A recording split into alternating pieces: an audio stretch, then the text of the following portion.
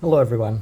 I think it's been more than a while since my last video, and I thought it would be time to talk about this. I'm not sure whether I talked about this before, it might have been on a short, but this is a tool that I wanted to talk about for quite a while, and there are a couple of places that you can get this if you're in Japan. Outside, I have not seen any place that you can get this. I'm sure you can find it on Mercari and order it online, but in Japan itself, it costs about 3,600 yen, which is fairly affordable for a nipper of this quality.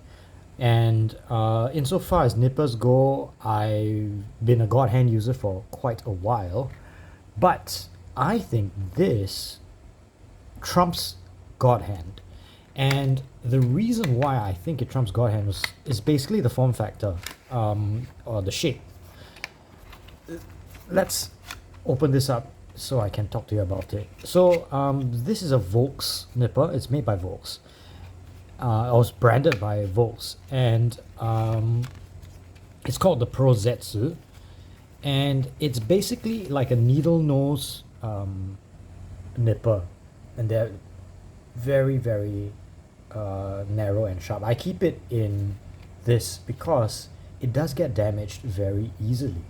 I have an older pair that I've been using for years, and unfortunately, because I dropped it, one of the blades has been snapped off. So this hardened steel, and hardened steel tends to be brittle and snaps off quite easily. So I would recommend that you keep this for specific purpose only, and that is cutting at the gate, the thinnest part. Now, the reason I like this is because you can look at how thin that is. That's surgically thin, and because I tend to cut fast, I I tend to build fast. I build on a deadline, so I need something that is very purpose built. And you can see that you do have to take very good care of it. This one was oiled. When I bought it, I oiled it immediately. And so you use tool oil to make sure that it does not rust. And let me give that a wipe though. Okay. So you use tool oil to make sure it does not rust. But I'd like to demonstrate why I find this so useful. So today I'll be building this. This is the Night Tsar, and it's the motorcycle that is released in the same line as the Megalomaria series of model kits, which is a Kotobukiya sub-brand or a Kotobukiya franchise that emphasizes a lot of like humanoid figures. Not necessarily mecha, but kind of like androidy looking guys. And I really like the Night Tsar because I think, and I think you can dispute it if you want to, but I think it's actually very heavily inspired by the Yaiba Kusanagi in Cyberpunk 2077, which is in turn very heavily inspired by Kaneda's bike in Akira. And you can see the very strong like cyberpunk influences, the very low slung front fork, and these covered hubs and everything. So that's a very nice design. I want to build this, and I'm going to cut a couple of pieces out and sort of talk about how this nipper is kind of like currently my ideal nipper and my ideal tool when it comes to building. So I'll be right back. All right, so I've got my workhorse. This is a Steady. This is a Chinese brand, and I use this as my workhorse because I kind of got it for free. I met with the sponsors once, they kept me in mind, and they sent me one, which I never review. I told them I'll review it if I have time, but no promises. They said, nah, just take it. So they gave me one, and it's become my workhorse because it keeps its sharpness fairly well. So I'm very happy with it. Well, that's about all I can say about it. It is a nipper. It is sharp hardened steel. Obviously, the sharpness and the cut isn't as pleasant as a god hand. I would say I call it a upper mid-tier nipper, something that you would get maybe when you graduate from your usual sort of entry-level nippers. I think this is a good workhorse if you only have one nipper. Now, I brought out a runner from the Night Tsar, and I'm going to cut out one piece to show you how I usually work with the Pro-Zetsu.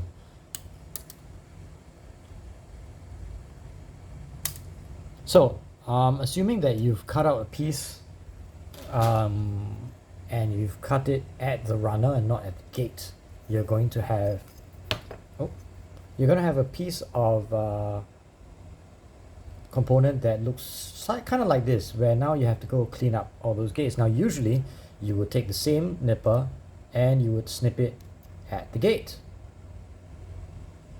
and assuming you go slow, you would have sort of a fairly clean mark. And even if I go over with my nails, it's not going to show up.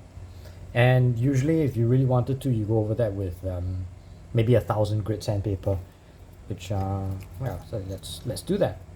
So you go over with 1,000 grit sandpaper, and I'm fairly satisfied with that. And this is sort of a standard build routine.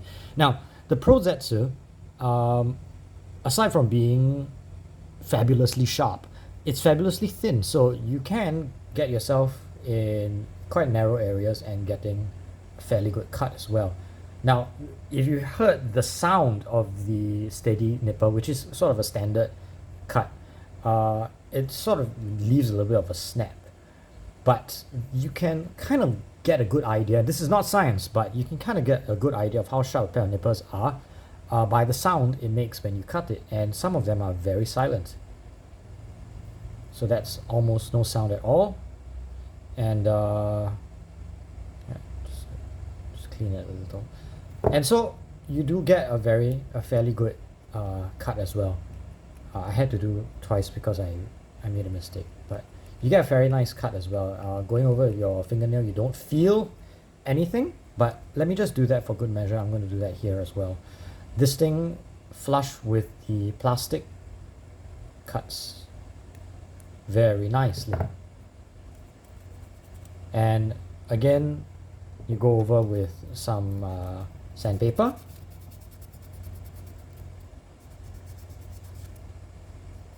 I would say that in terms of leaving a mark at the end, it's not really in the sharpness of the nipper, but in the speed at which you cut, because stress marks come when plastic is being obviously stressed, and the faster your cut is, the more stress you cause the plastic. So you will get more stress marks if you are cutting and like clipping very quickly, like snap, snap, snap. However, if you do a slow cut, you're likely to get less of a stress mark. And when I started using this nipper, in order to speed up my process, I actually just started snipping it off the runner with this nipper right at the gate.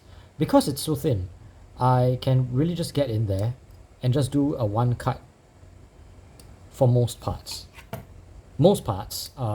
Some parts, if it's a little bit harder to get into, I'll still come in with this. I'll do a two snip method, and then come in with the Pro-Zetsu and just clean up after that. And once you kind of get into the groove of this, you are able to get through the mundanity, the monotony of removing things from the runner in a much faster and more enjoyable way. And then you tend to have a lot less to clean up with your sandpaper, your files, and all that. So there's a lot less to clean up, which is why I like this tool so much. It's become sort of like a one cut a one cut tool for removing components from your runners. So where's that piece that oh yeah, so this was the piece that I cut out just using the Pro-Zetsu itself, and you can see it's fairly clean, with some sections where the angle isn't so nice. You still get a little bit, and I can just come in and sort of get in there and just trim that off, and you kind of get fairly smooth. So this has become sort of a way to speed up my build process.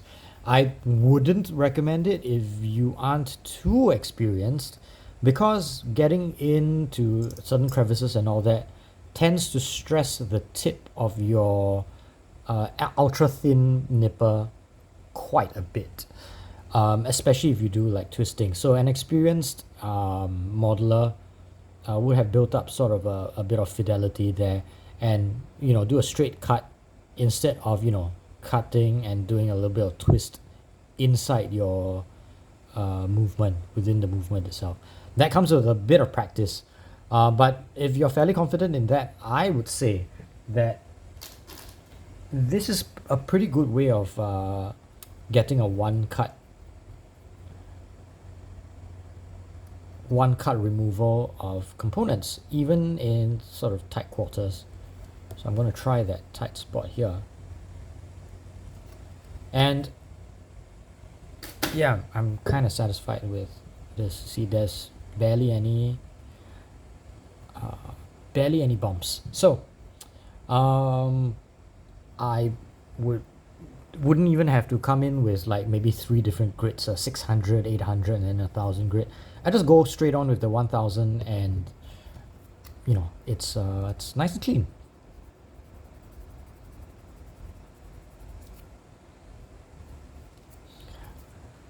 So you can still see that there is a bit of a bump right there. You can tell by the different glossiness. So once you go down and just buff out some of those unevenness, then you're pretty good. Now, a tool that I thought would pair with this very well, move on to that. A tool that I think pairs with this very well is the a diamond flat file that Godhand makes. I'll be right back. Now, I've spoken about this one before. Godhand makes this really good file.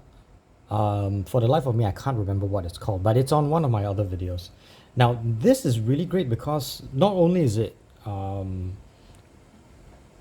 very flat and consistent, it's also very hard and very long lasting. I've been using this for years and it hasn't lost any of its bite. And so with flat portions like this, after you're done with that, you come in with this and you just give it that good old buff. And you really couldn't ask for anything else. If you asked me and I was stuck on an island, with these two I could build anything. I mean, anything that's snap fit, obviously you need your cement and things like that, but with these two you can do fairly well. Godhand also makes a lot of very, very cool little filing blocks, rasping blocks, and I spoke about these before. I recently got a coarser one, and yeah, I'm very happy with these, and I will definitely talk about them again in another video, but these are awesome. I love the way they sound too. And then lastly, you may want to get a glass file. Despier makes a glass file that is also pretty good for this, although glass files tend to buff into a hyper gloss kind of finish, which isn't always what you want. The way they bite tends to leave an almost glossy surface at the end. Not always what you want. Sometimes you want a bit of a 100 grit sandpaper type of result, where you get from this or you get from sandpaper itself, so that it clings on to paint a little bit better. But that's kind of my process now with this tool. Keep it oiled, keep it well oiled, and I think I've seen on a lot of forums where people will say, oh no, my god hand has rusted. I keep it clean all the time.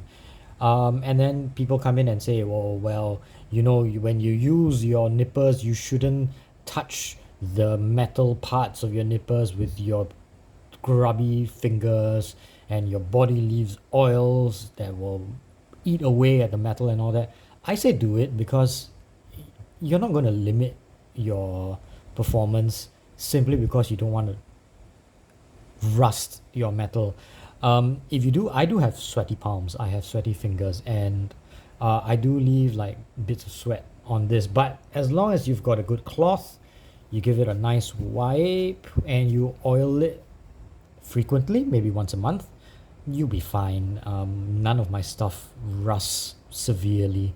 Even this, which I honestly mistreat and I cut, get glue on it and things like that, it doesn't rust.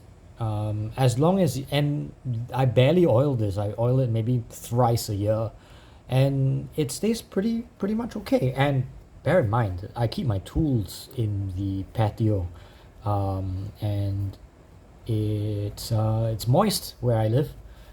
But as long as you keep them oiled, you'll be fine. Don't baby your tools too much. They are tools after all. But don't drop them, obviously.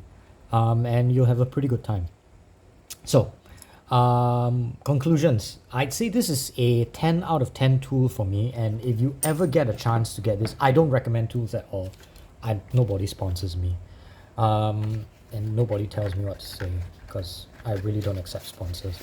But if you do find yourself with the opportunity to get one of these branded under Volks, the Pro-Zetsu, please get it. I would highly recommend it if you are an intermediate to experienced builder. As long as you've got a good control and good technique, this is gonna, number one, last you. The last one I had lasted me half a decade, and if I didn't drop it, it would still last me even longer. But this would last you decades, years. I have no regrets, and it's cheaper than a god hand. So get it, 100% get it. I've been telling all my pals to get one of these. Oh, and you've got springs of varying tensions as well. I use the highest tension one because it kind of affords you a little bit more control. Insofar as when you are cutting something, it slows down that cut a little bit. Some of these tensions, once you have that moment, the large lever action, you barely feel any tension at all. It just holds it open, but you barely feel any resistance. I don't like that. I like the resistance because it reminds me to slow down. So but that's totally up to you. I think if you want sort of that airy feeling of like no tension at all, hair trigger, then go for it. The nubbin. Why does it have a nubbin? They actually explain why there's a nubbin. It reminds you that you are cutting at the correct angle. It gives you a little bit of a sensory input to know that you're holding it with the cutting blade, the cutting side facing you. Because if you hold it the other way, it will dig into your palm and the meat of your thumb, and it kind of feels weird. Here it doesn't. Here you kind of get like a bit of a grip and a bit of a stop. So that's good. In contrast, the fully symmetrical ones, you don't really see it, and then you go cut your thing and then you go, oh shit, and you're gonna flip it and cut again. So you get a lot less of that here. And that's all I want to say about this tool. Get it. Take care. Bye bye.